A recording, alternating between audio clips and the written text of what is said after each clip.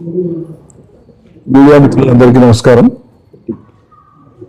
మన జిల్లా ప్రజలందరికీ కూడా నమస్కారం. ప్రధానంగా పెద్దూరు మున్సిపల్ పరిధిలో కానీ మండలంలో కానీ పరిసర ప్రాంతాల్లో ఉండేటువంటి ప్రజలందరికీ కూడా నమస్కారం. పెద్దూరులో చాలా కాలంగా కొనసాగుతున్నటువంటి ఈ సంత మన రాష్ట్రంలో ఉండేటువంటి ప్రతిష్టాత్మకమైనటువంటి సంతలలో ఒకటి. ఇది చాలా ప్రాముఖ్యత వెళ్ళినటువంటిదే కాక అనేక మందికి ఉపాధులను ఇచ్చేటువంటిది.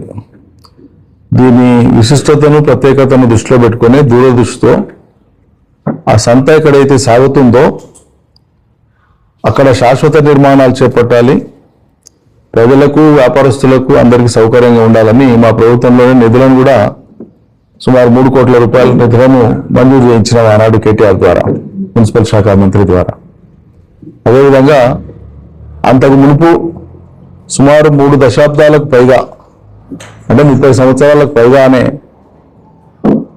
ఆ సంత భూమి తమదంటూ తర్వాతి కాలంలో కోర్టుల ద్వారా నిర్ధారణ అయినటువంటి భూ యజమానులు కానీ, అదేవిధంగా లేదు తమకే చెందుతుందని చెప్పి వాదిస్తూ వచ్చినటువంటి ఆ ఎండోమెంట్ డిపార్ట్మెంట్ వాళ్ళు కానీ 30 సంవత్సరాలుగా వాళ్ళ మధ్యలో ఆ వివాదం కొనసాగుతూనే వస్తూ ఉండేది. గతంలో కూడా ఈ విషయం సుదాహరణంగా వివరించిన, అయితే స్వార్థపరులు, దొంగలు పని కట్టుకొని అబద్ధాలు చేసి దుష్ప్రచారం చేసి లబ్ధి పొందామనుకునేటువంటి వాళ్ళు తాము తాత్కాలికంగా విజయం పొంది శాశ్వత విజయం అనుకుంటున్నారు. కానీ దొంగతనం ఎప్పటికైనా బయటపడతారు. మనిషి చేసే లేదా కొందరు వ్యక్తులు చేసేటువంటి లంగతనం కానీ దొంగతనం కానీ ఆగదు.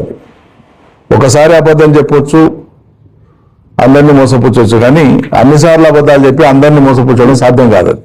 ఒకసారికే తేలిపోతుంది.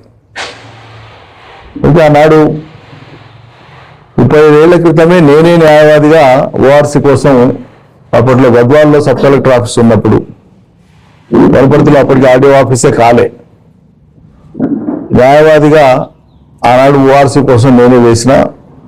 తదనంతర కాలంలో కొన్నేళ్ల తర్వాత నేను తెలంగాణ ఉద్యమంలో యాక్టివ్ అయిపోయిన తర్వాత ఆ మ్యాటర్ సహజంగానే వేరే న్యాయవాదులు టేకప్ చేయడం జరిగింది.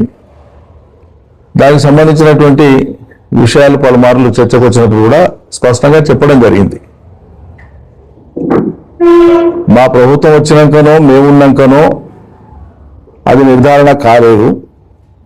2003లో మొదటిసారి సివిల్ కోర్టు, వనపర్తి సివిల్ కోర్టే అదే భూమిలో ఉండేటువంటి కొంత భాగం జూరాల కాలువ కోసం ప్రభుత్వం సేకరించినప్పుడు ఆ భూసేకరణ పరిహారం ఎవరికి ఇవ్వాలనేటువంటి వివాదం వచ్చినప్పుడు సహజంగానే సివిల్ కోర్టు తీర్పిస్తుంది.